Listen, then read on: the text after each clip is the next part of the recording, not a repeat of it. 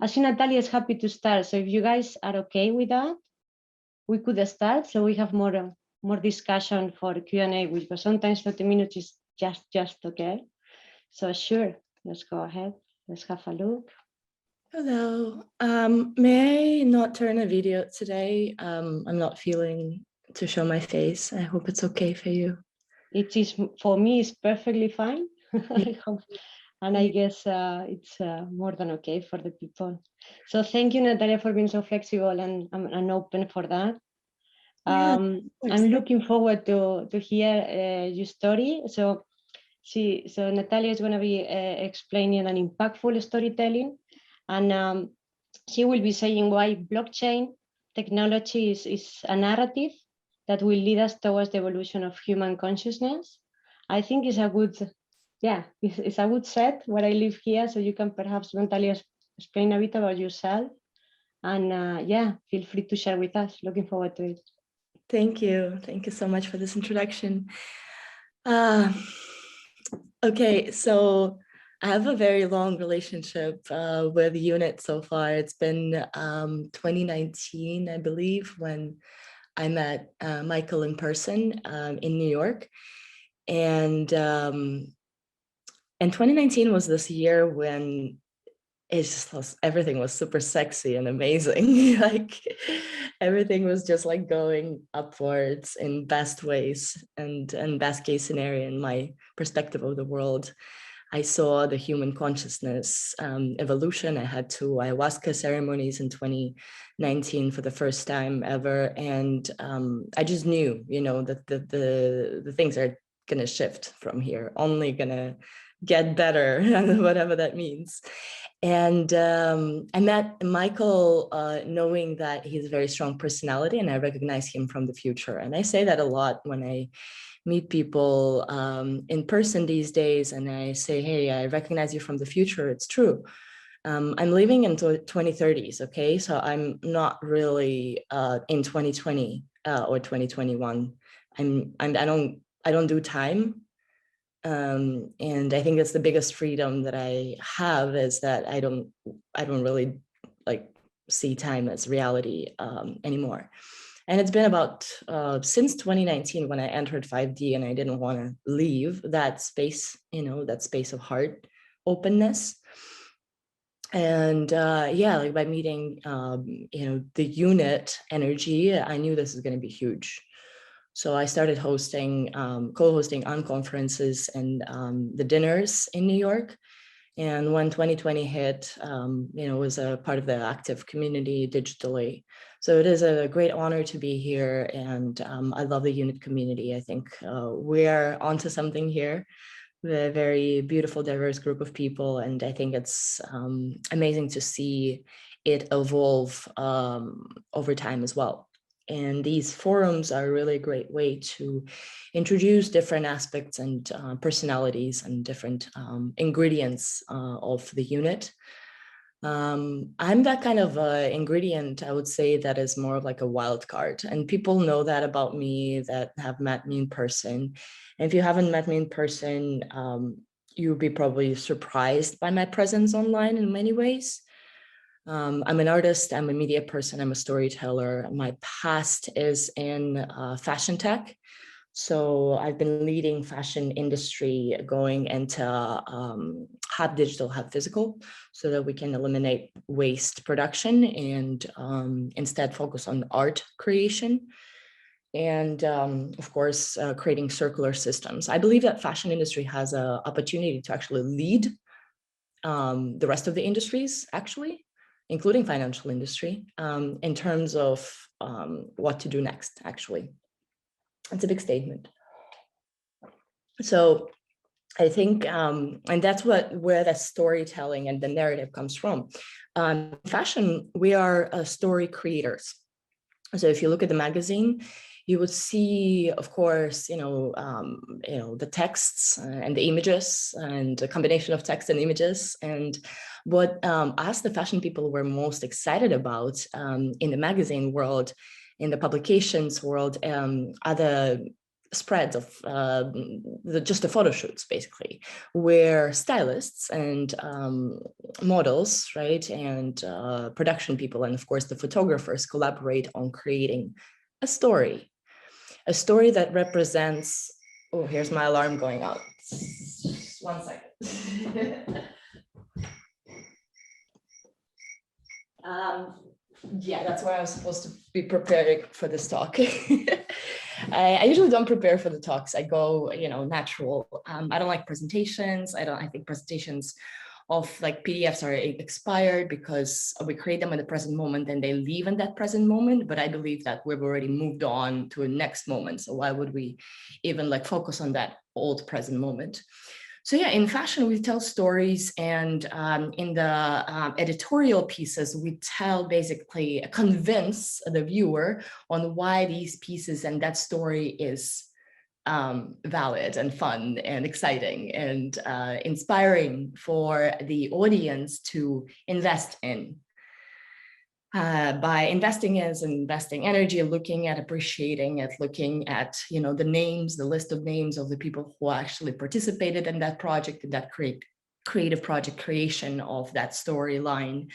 And of course, we would look at clothing items and accessories and everything that is presented as a lifestyle to see if we're inspired to move closer to that ideal. Okay, it's all about creating ideals, for the future.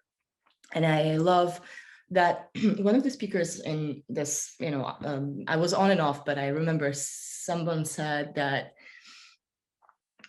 it's about mythology building or something like that. And I always also use that word mythology and also archetypes creation.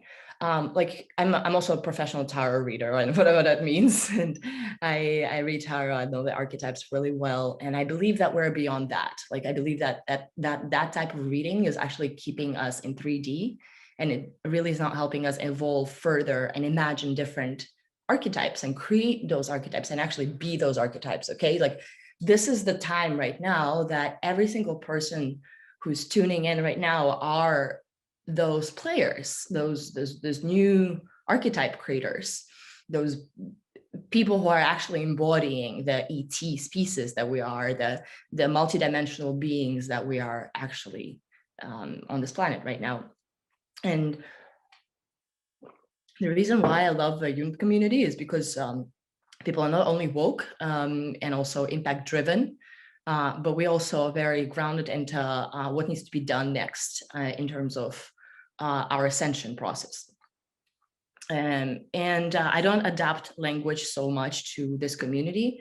I know that I can speak spirituality and not be kicked off or away from this environment, because I know that we've all gone through our own journeys and not afraid of what ayahuasca can teach us. Okay, like this is big deal, or any other plant medicine that is of that power. Okay, I believe that the future of storytelling is living the greatest story that we can ever imagine. And I believe that we all can be time travelers. And we can definitely organize our lives in a way in 3D that is deeply reflecting what is to come in the future, and be those symbols of light and monuments in real time during this dark ages that we're going through. Because this is the time, about 8 more years in development, where everything is going to crumble. And we're not going to have anything, like forget fucking blockchain, like forget it. We're not going to have it in 10 years. And you mark my words, you see what I'm saying, like we're not going to have that primitive technology anymore. But blockchain is, in terms of language, in terms of system building, in terms of understanding what's actually happening, is a very helpful tool. Like all other technology can be a helpful tool, it can be a destructing tool. I believe that blockchain, we can make blockchain as a tool for our, like a ladder to ascension. Of course, plant medicine is much easier to work with and much more effective in many ways, because if on personal level, we all work with, our inner psyche and our own inner showing up, we don't need blockchain technology to help us exchange energy. We will know that energy is priceless, it's not exchangeable, but what we can do is that we can trade things, and that's a different story, because when you trade things, you can trade an object, you can trade your time, okay, you can trade what we've created so far in this reality, but we also can trade technology creation and ecosystems that we're building. And again, I believe that tokenization economy, and this is, investing in people, investing in projects, investing in causes, impact investing is going to be the next, only way, into the future, basically, besides telepathy and besides actual ability to send and stream consciousness into each other's brains and emotionally connect with each other and physically and mentally understand how it all works actually between each other, and tell a story on a completely different level, which is a very multidimensional level. And we, again, all are super multi-dimensional beings. So when we are awakened to the opportunity and we're actually living it, and not only like cognitively understanding what it means, but actually being present in the very present moment, every single moment of the day, and choosing life from the heart space, and choosing life not from our brains, but from our desires and true passions, that's when the actual impact happens, because the impact will go first into our life, and then it will affect people around us, will inspire others, and we create stories that are sexy and exciting for people to actually be onboarded on, hopefully. And then from there, the society will follow. But hey, half of the population is going to be gone. So like, we're going to be very much ready for what's to come, because we as a crew, as a society of people who are actually done their work, right, and they're still doing our work, and we're still going through this journey consciously, we know that we can't have and sustain so many human beings on planet Earth. And it's a very, very solid fact, but so many people are still afraid to talk about death. Okay, I'm going to read the comment on this. Thank you so much for this forum. I have to leave now. Good, Vladdy. Go away. Anyway, yeah, I can keep talking storytelling, but if you have any questions, let me know. We're creating mythologies, we're creating myths, we're creating generally like living our life creation, but also understanding what are the timelines we're looking at, and choosing the most ultimate, the most exciting, the most sexy, the most fun timeline that we can focus on collectively. And then, of course, live it and choose to be it. To me personally, it's been an interesting ride. So my body is weak right now. My body's never weak. Last time I was like feeling the way that I'm feeling was about, it was 2019. It was when I was co-creating Artesia, which is a conscious community and co-living and co-creation, everything that we are all creating and talking about in Thailand. So I was there, and I was also before in Bali, and got into like a spiritual cleansing to the way that my body was really responding to that. And I just got out of Matrix in 2017, meaning that I'm not employed by anyone, and I'm completely free, and I'm, creating abundance out of, just being myself. But generally, that time in Thailand was when I felt like my body is dying, actually. And it was like a lot of 3D names can be named, but it was just spiritually, I was going through an upgrade. And I feel like I'm going through one as well. And it's been not easy, because it's been, like working with the entities and the energies of specifically the corona, and understanding her presence in this reality, and why she's choosing to, take lives from so many people, in the future as well, in all its forms. And it's a very intimate spiritual work and conversation. And I think if we start really listening to ourselves and to our bodies deeply, and understand that there is a reason behind all these physical manifestations that we're experiencing in this reality, it's easier to go through them. I don't do doctors, like I don't do therapists, doctors, or anything that has to do with, you know, brains telling me what to do. Like, I think it's ridiculous and old school and old life. I think we are all as intelligent as we can be, and our bodies are much smarter than any other scientific, you know, method that can be, you know, out there, if we are actually tuning into our bodies. And I mean, this is, my mark is high. Like, I know people, like I was just there in an ecstatic dance yesterday, and people are not connected to their bodies at all. Like, forget about it. People are not connected to their bodies. They can't not move their bodies the way that is actually like organic. I'm talking about organic moves. And I think like the greatest impact that we're going to bring in the world as storytellers, sellers, and weavers of the new reality is that to help people understand what's organic and what's not, and have people like taste what is organic food, right? What does it feel like to intake something that was created with love? What does it feel like to wear a garment that has been created with love? And the plant or the animal that would take part of that creation process was also energetically pure, okay? And what I mean by energetically pure is that they were fed also what is organic, and they were taken care of with love. We're building the new systems, you guys. Like, we're building new technologies, right? New system creation on such micro to the macro level. Everything from the conscious community will be expanded exponentially for the future.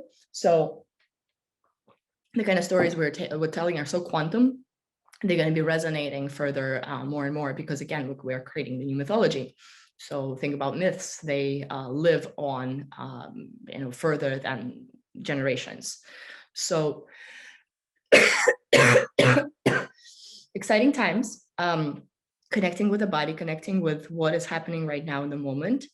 And yeah, just taking a breather. I think we're unbalanced, all of us. My company is called, my DAO is called Balanced Humanity, Balanced Culture, Balanced Fashion, just simply because I'm still exploring what balance means to me.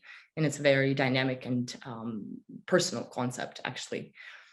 So there is a part of irony that I'm you know, choosing to, you know, name my spaceship or space station rather a Balanced Humanity. Is that, like, what is balanced for Nataliya?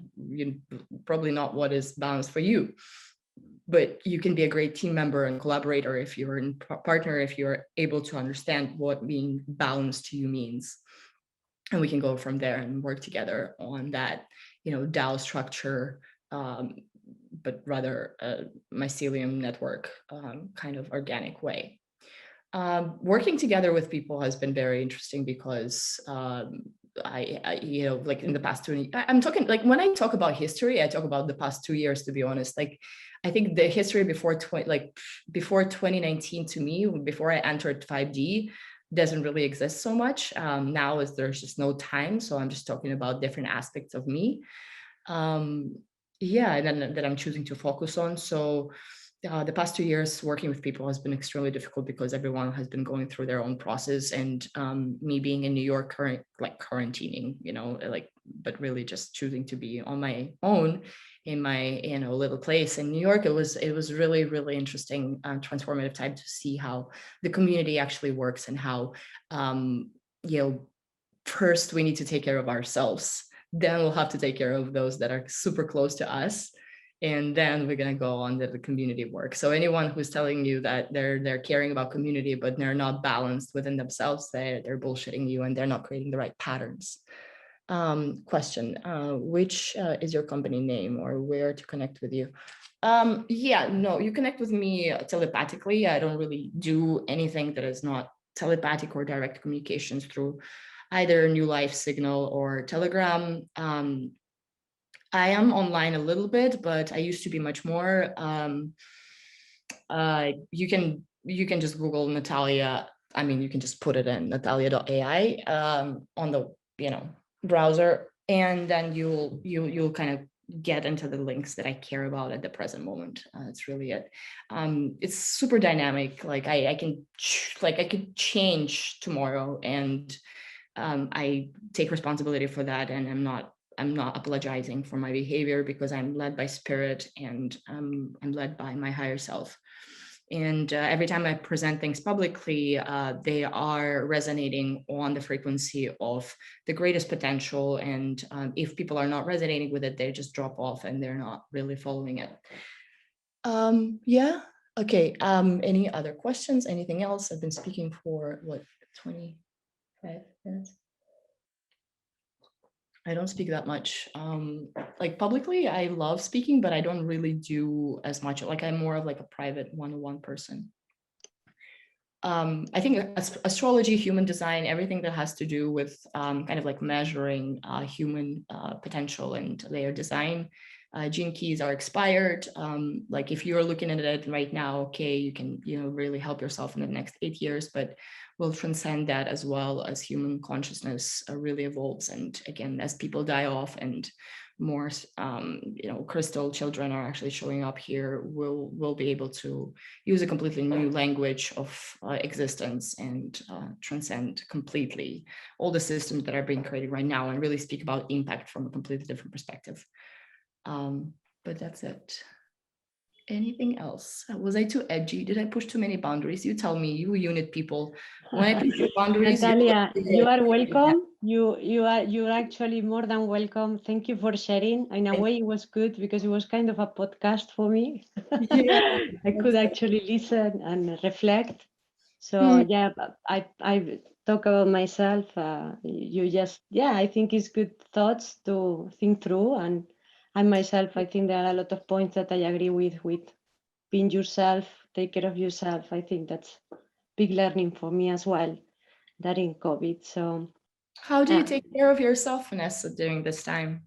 Well, I personally, what I did that helped me a lot, it seems a bit simple, but it did help me, is follow some tips from a course that I took about the balance of well-being, which is simple, but basically sleep enough, eat well, try to do sports. That I fail a bit, I have to say, but at least I recognize that I need to do more. Sports. And then and enjoy and try to find where the energy comes. So try to be aware of that. That's my my part. We'll try to do every day. Yeah. But I do wonder, what is sports, and what is enough sleep, and like again. For me, everybody's different, but for me, I think more than 7 hours a day. I recognize if not, I don't function well. Yeah. So that's kind of a basic rule for me. And yes, eating is normally, I'm Spanish, coming from the Mediterranean, so try to get the balance there. Although I live in the north, so I need to get more vitamin D in my diet. Yeah. And that's just basically take it as one step at a time and see what really works, for myself. Yeah. Thank you, Vanessa. I resonate with it. No, but thank you, Nataliya, very much. Thank you for the flexibility as well. And let me see. Question. I'm interested in your thoughts on how mass telepathy can become an organized way of communication. Thank you for this. Well, there are codes. It's a programming language. I'm not ready to disclose everything actually at this level right now, but definitely there are codes. So if you're exposed to certain codes, then you unlock certain aspects of your consciousness that help you see multidimensionally. And once you're able to see multidimensionally, you'll be able to perceive information multidimensionally and actually know which source that information is coming from. So first step really for every single individual, and I've been taught that about 6 years ago, when I was awaking to my psychic powers, that first understand and feel and know what are your thoughts and your emotions, and what other people's thoughts and other people's emotions. And it's super important to spend time by myself or ourselves because it's when we start to really understand the difference between our thoughts and our emotions versus the collectives and our partners and our families and close ones.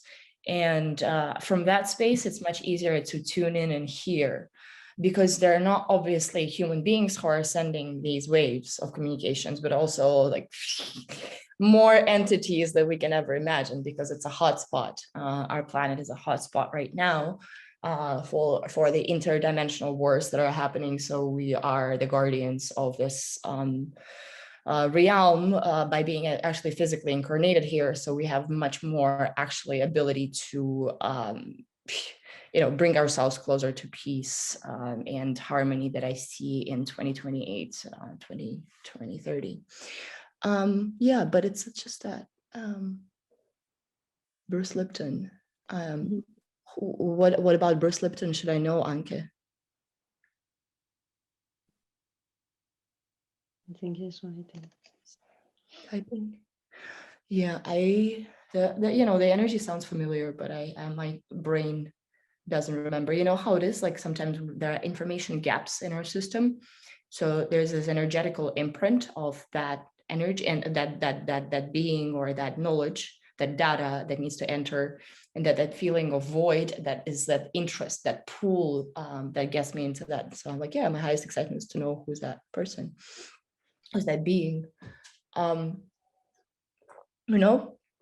thing that I practice specifically for impact for myself is being very conscious about what kind of energies that I expose myself to, and what energies that I expose myself online, specifically in 2020, because there's so much.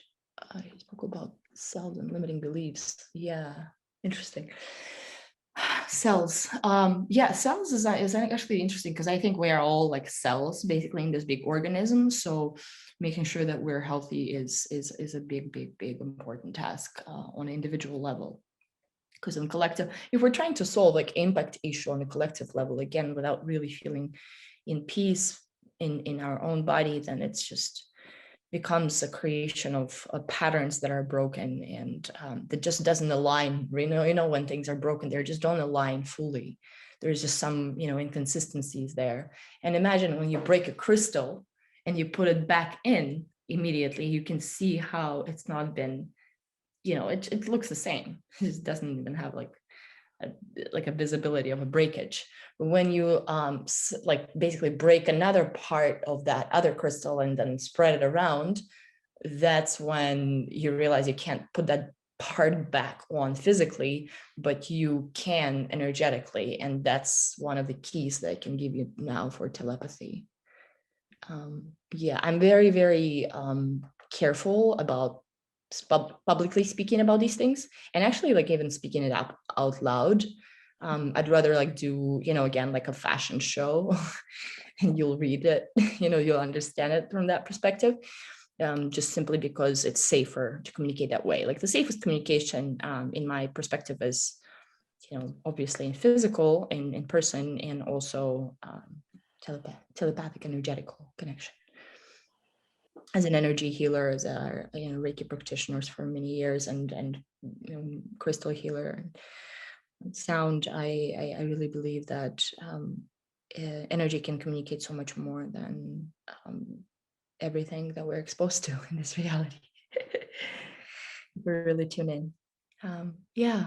Thank you so much for giving me this chance. I don't want to take another 15 minutes because it's been half an hour, and I know that was like a thing. No worries, Natalia. More than welcome. I just wanted to make sure that you have the floor if you wanted more, but more than happy to stop it here. I want to thank you very much for the time, and have a great weekend as well. And more than welcome to stay if you want for our next guest, of course. Thank you so much. We'll be in touch. Take care. Thank you, Vanessa, and thank you, Anke, for I would love to connect with you as well. All right, I will be here on the call, so just muting myself now, but thank you so much for this opportunity. I love the work that is being done here, really. Thank you very much, Antonia.